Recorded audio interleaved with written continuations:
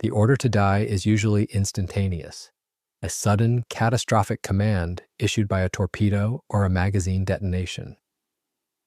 But for the battlecruiser Derflinger, the death was a slow, deliberate, and reversible mechanical process that became irreversible only through the passage of minutes. On June 21, 1919, the German High Seas Fleet lay at anchor in Scapa Flow, a captive armada waiting for a political solution that never arrived. Late that morning, signal flags climbed the halyard of the German command ship. It was a command not to fight but to sink. On the bridge of the Derflinger, the officers did not panic. They executed a pre-planned engineering sequence designed to bypass every safety feature built into the vessel. The primary mechanism for keeping a warship afloat is the watertight integrity of its hull, a complex skin of steel punctuated by necessary openings for cooling water and waste. These openings are guarded by heavy bronze sea valves, seacocks, the hard gatekeepers of buoyancy. To scuttle the ship, the crew had to muscle those wheels open, retract the gate, and connect the ocean directly to the bilges, turning a simple fitting into a conduit for a hostile hydraulic ram. To make reversal harder, the crew left key sea openings dogged open and in places rendered the operating gear unusable. They stripped away the very controls required to save the ship. The 26,000-ton steel fortress began to settle, not from damage, but from a deliberate intake of mass.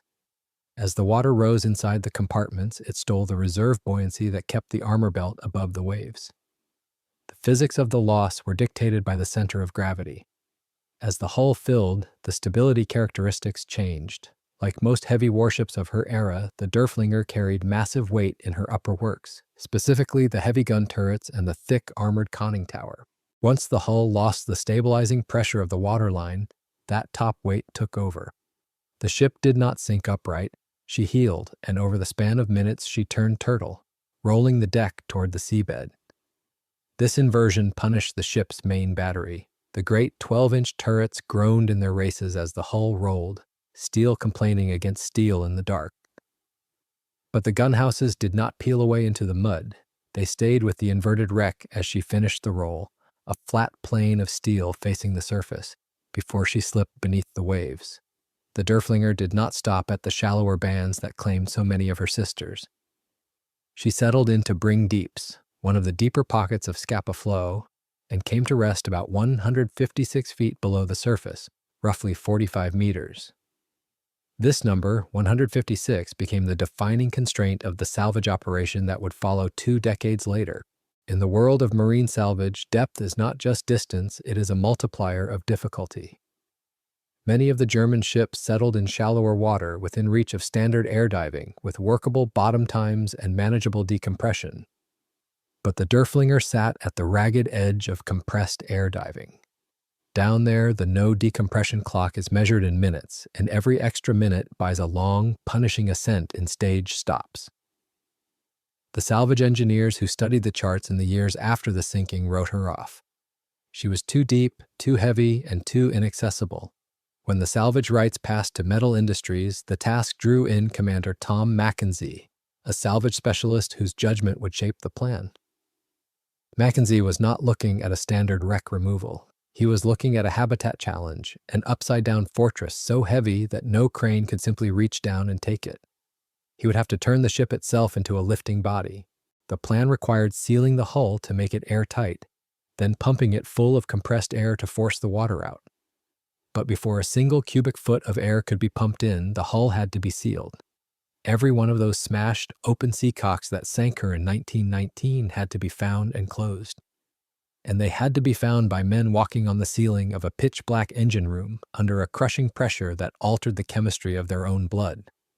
The primary enemy was not the steel or the mud, it was the depth itself.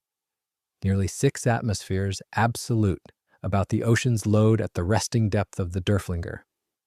At the surface, the body carries about 14.5 pounds per square inch. Down there, the water column stacks several more atmospheres on top of it. The force doesn't just lean on the canvas of a suit, it compresses the lungs and drives inert gas into solution in the blood. That pressure was the enemy. It turns the water into a hostile medium that actively resists intrusion. For the salvage engineers, the depth created a barrier that could not be overcome by simple courage. It required a strict adherence to the laws of physics. The first law governing the operation was that of displacement. To lift 26,000 tons of German steel, McKenzie could not rely on surface cranes or external wire ropes. The sheer weight of the battlecruiser would snap any cable thick enough to handle the load, and the depth would make maneuvering external pontoons impossible. The only way to bring the Derflinger to the surface was to make her buoyant from within. The method is known as compressed air displacement. The principle is elegant in its simplicity, but violent in its application. By injecting high-pressure air into the inverted hull, the salvage team could force the water out through the bottom of the ship, effectively turning the armored citadel into a massive bubble. As the water exits, the ship regains buoyancy. When the weight of the water displaced exceeds the weight of the steel, the ship must rise. However, this method relies entirely on the integrity of the seal. The compressed air must be contained. If the air escapes through a forgotten valve or a fractured bulkhead, the bubble collapses and the ship crashes back to the seabed.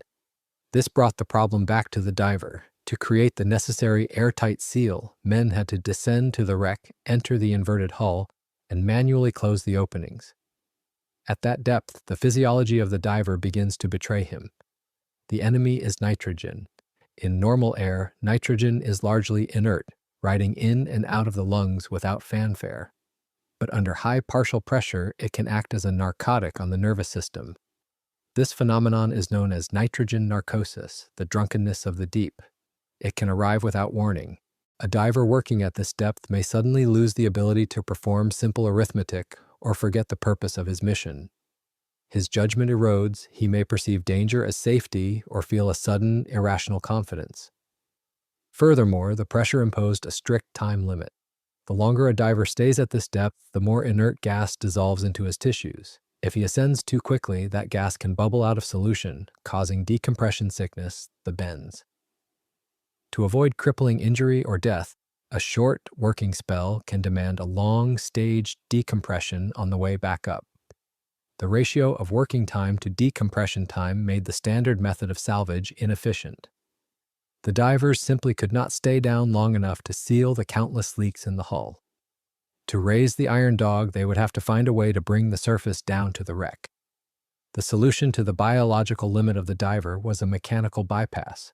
Since the human body could not withstand the exposure of the deep water for long durations, Thomas McKenzie and the engineers at Metal Industries decided to eliminate the water from the equation.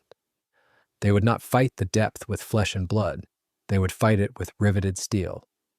The primary instrument of this phase was the airlock. These were not delicate scientific instruments. They were massive steel cylinders, often scavenged from old boilers or fabricated from scrap plating, built to be bolted directly onto the upturned belly of the battlecruiser.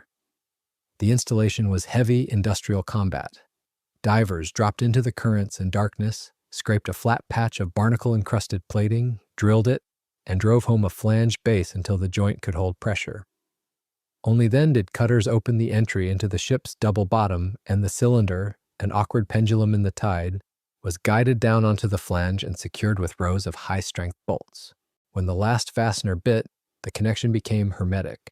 This vertical shaft was the umbilical cord of the salvage operation. It was the only road into the Iron City. With the airlock installed, the physics of the operation shifted.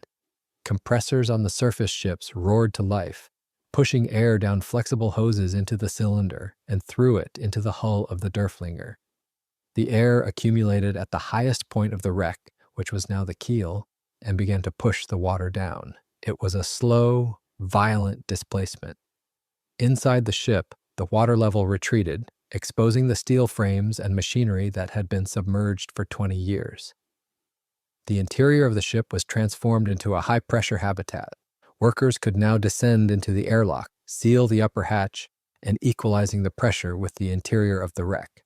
Once the pressure matched, the lower hatch opened and the men dropped into the hull. They were no longer divers swimming in the dark. They were laborers walking on the ceiling. The environment they entered was alien.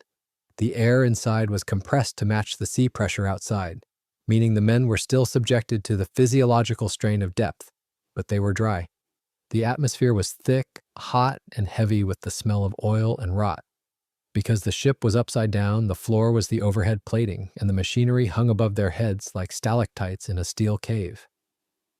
In this inverted world, the salvage crews began the tedious work of sealing the ship. They moved from compartment to compartment, hunting for the open valves that the German crew had sabotaged in 1919. Every pipe, every ventilator, and every scuttle had to be located and plugged. They used fast-setting concrete, wooden plugs, and steel patches. It was brutal. Physical labor performed in a hyperbaric environment where a single spark could ignite the oil mist-saturated air. The airlock allowed them to work in shifts, rotating men out before the nitrogen loading became critical, but the danger remained absolute.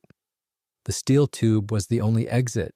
If the ship shifted, or if the airlines were severed, the pressure would drop, and the water would rush back in with the force of a collapsing dam. For weeks, the hammers rang out inside the hollow hull, preparing the Derflinger for the most dangerous phase of the lift. The moment the buoyancy overcame the suction of the mud, a bubble is a creature of chaos. Unlike a steel cable or a hydraulic jack, a bubble of compressed air has no fixed shape and no loyalty to the engineer. It seeks the highest point, it expands, it compresses, and most dangerously, it moves. As the compressors on the surface forced vast volumes of air into the submerged hull of the Derflinger, the salvage team was not just creating lift. They were creating a massive, unstable pocket of energy that threatened to capsize the ship a second time. This phase of the operation was defined by the geometry of survival. To lift the ship, Thomas McKenzie had to master the relationship between two invisible points inside the hull: the center of gravity, fixed in the ship's dead weight, and the center of buoyancy, mobile in the air they were feeding into the wreck. One could not be argued with, it only fell. The center of buoyancy is the opposite. It is the center of the lift generated by the air bubble. It pushes straight up. In a stable lift, the center of buoyancy must be perfectly aligned vertically with the center of gravity. As long as these two invisible forces are stacked one above the other, the ship rises level. But if the air bubble shifts, or if the water level inside the hull becomes uneven, the center of buoyancy migrates to the side. When the center of buoyancy moves out of alignment with the center of gravity, it creates a lever arm. The upward push of the air and the downward pull of the steel work together to twist the ship. This is known as a listing moment. If that list goes unchecked, the bubble rushes to the high side of the hull, increasing the lift on that side even further, while the low side loses buoyancy and sinks. The result is a catastrophic roll. For the Derflinger, buried in the mud, a sudden roll would have been fatal to the project. It would have sheared off the steel airlocks, severed the air hoses, and potentially crushed the divers working inside. The danger was amplified by the lack of internal walls. If the hull were just one giant open cavern, the air would slosh violently from side to side like water in a half-empty bucket. To prevent this, the engineers had to use the ship's own architecture against it. They used the remaining watertight bulkheads to divide the interior into separate pneumatic zones. Instead of one giant bubble, they created dozens of smaller, independent bubbles. By controlling the air pressure in each section individually, McKenzie could manipulate the center of buoyancy with surgical precision. If the bow felt heavy, he injected more air into the forward compartments. If the ship developed a list to port, he bled air from the port side and boosted the pressure on starboard. It was a game of balance played with invisible weights. The engineers watched the pressure gauges and the inclinometers on the surface, reading the minute groans and shifts of the hull far below. The structure of the ship complained under the stress. The Derflinger was designed to take pressure from the outside in, with the ocean pressing against her hull. Now she was being pressurized from the inside out. The rivets and plates groaned as the expanding air fought to escape. The margin for error was non-existent. Too little air and the ship remained glued to the mud. Too much air in the wrong place and she would flip over and destroy the salvage equipment. The team had to bring the ship to a state of neutral buoyancy, where the 26,000-ton carcass was light enough to move, yet heavy enough to remain under control. They were building a delicately balanced balloon out of a battleship, preparing for the violent moment when the suction of the seabed would finally give way. By the summer of 1939, the salvage of the Derflinger had ceased to be a purely commercial enterprise. It had become a race against a political deadline that was tightening with every passing hour. In Berlin and London, the diplomatic cables were signaling the end of peace. The salvage crews at Scapa Flow knew that if war was declared before the ship broke the surface, the operation would be scrubbed. The Navy would reclaim the harbor, the lights would go out, and the Derflinger would remain on the bottom forever. Thomas McKenzie pushed the timeline to its breaking point. The ship was sealed, the airlocks were holding, and the compressors were screaming day and night. But the physics of the lift presented one final invisible barrier. It is a force known to salvage engineers as mud suction. When a 26,000-ton object sits in fine silt for 2 decades, it does not merely rest on the bottom. It becomes chemically and physically bonded to the seabed. The mud creates a vacuum seal around the hull, gripping the steel with a cohesive power that can exceed the weight of the ship itself. To lift the vessel, the engineers must generate enough buoyancy to cancel out the weight of the steel, and then generate massive additional lift to tear the hull free from this vacuum. This creates a dangerous kinetic trap. To break the suction, McKenzie had to pump the ship with far more air than was necessary to simply float it. He had to overload the hull with potential energy. The danger is that the moment the mud gives way, the suction force vanishes instantly. The ship, suddenly possessing thousands of tons of excess buoyancy, will not drift up gently. It will rocket to the surface like a cork released from a bottle. In that violent ascent, the expanding air can blow out the hull plates, or the ship can breach the surface with such force that it rolls over or snaps its towing cables. For days, the compressors forced air into the inverted compartments. The pressure gauges crept upward. The sea around the site began to change. Bubbles of escaping air and plumes of disturbed silt rose to the surface, signaling that the bond was weakening. The tension on the site was absolute. They were sitting on top of a dormant volcano of compressed air, waiting for the geological grip of the flow to fail. Then the ocean surface churned white. The release was not gradual. The suction broke, and the Derflinger tore herself loose from the grave she had occupied for 20 years. After a slow beginning, she surged up in seconds, venting huge quantities of surplus air and vomiting mud and silt into the water around her.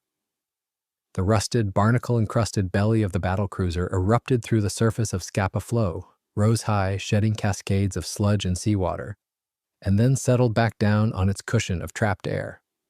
It was 3rd August 1939. The Derflinger was afloat. The operation was a masterpiece of heavy industrial engineering, a triumph of pneumatics over the crushing weight of the sea. But the victory was haunted by the calendar. As the engineers stabilized the floating island of steel, the radio news confirmed their worst fears. The window had closed. The German invasion of Poland was imminent. The Derflinger had been raised, but she had nowhere to go. Towing a capsized, deep-draft battleship through the open ocean requires peace, calm seas, and a clear destination. The outbreak of World War II denied all three. The Iron Dog had returned to the surface just in time to watch the world burn again. She would not be towed to the breakers. Instead, she would become a permanent, floating fixture of the wartime anchorage, a ghost ship serving a final silent watch. The status of the Derflinger after August 1939 is unique in the history of naval warfare. She was neither a sunken wreck nor an active ship. She was an inverted steel island, buoyed by a stubborn charge of compressed air and anchored in the middle of the British Home Fleet's primary wartime base. For 7 years, throughout the entirety of the Second World War, the rusty hull of the German battlecruiser remained a fixture of Scapa Flow. This created a paradox. The ship had been raised to be destroyed, to be cut apart for her valuable high-grade steel.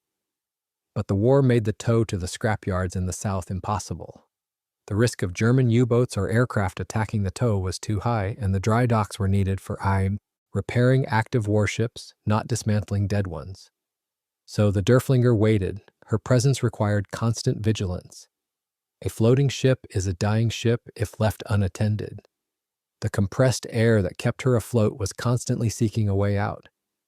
Leaks developed in the rusted plating, and the airlocks required maintenance. A skeleton crew had to visit the ghost ship regularly, pumping fresh air into her lungs to replace what had escaped. If they failed, the buoyancy would drop, and she would sink back to the bottom, this time likely forever. For the sailors of the Royal Navy stationed at Scapa Flow, the upturned hull was a grim landmark. It was a visual reminder of the previous war, a massive steel corpse that refused to leave the stage. She floated through the air raids, the storms, and the frantic activity of the convoy assemblies. She was a hazard to navigation and a testament to the strange endurance of the salvage effort. The war finally ended in 1945, but the Derflinger's watch was not over. It took another full year for the logistics of peace to catch up with the debris of the past. In 1946, the final order was given. The tugs arrived to move the 26,000-ton Leviathan. The journey was a spectacle of physics. The ship was still upside down, her draft brutally deep, with the superstructure hanging beneath her like a drowned city. The tugs had to navigate the currents of the Scottish coast, pulling a hull that had no rudder, no bridge, and no eyes, down to the Clad and the Rosneath area, where braking could finally begin. There, the final dissolution started. There was no glory in the end, only the efficiency of the oxy-acetylene torch. The hull was grounded, and the breakers began to cut her apart plate by plate. There was no glory in the end, only the efficiency of the oxy-acetylene torch. The hull was grounded, and the breakers began to cut her apart plate by plate. They opened the hull to the sky for the first time in nearly 30 years, releasing the stagnant air that had held her afloat. The steel that had been forged in the imperial foundries of Germany, that had absorbed the punishment of the British Grand Fleet at Jutland, and that had survived the crushing pressure of the flow, was finally melted down to build the post-war world. The salvage of the Derflinger remains the definitive case study of the industrial era of shipwreck recovery. It proved that depth is not an absolute barrier, but a variable that can be managed with enough steel and mathematics. It demonstrated that a ship could be raised not by fighting the water, but by displacing it. And it left behind a quiet legacy in the engineering manuals, the proof that with enough compressed air, even the heaviest mistakes of history can be brought back to the surface.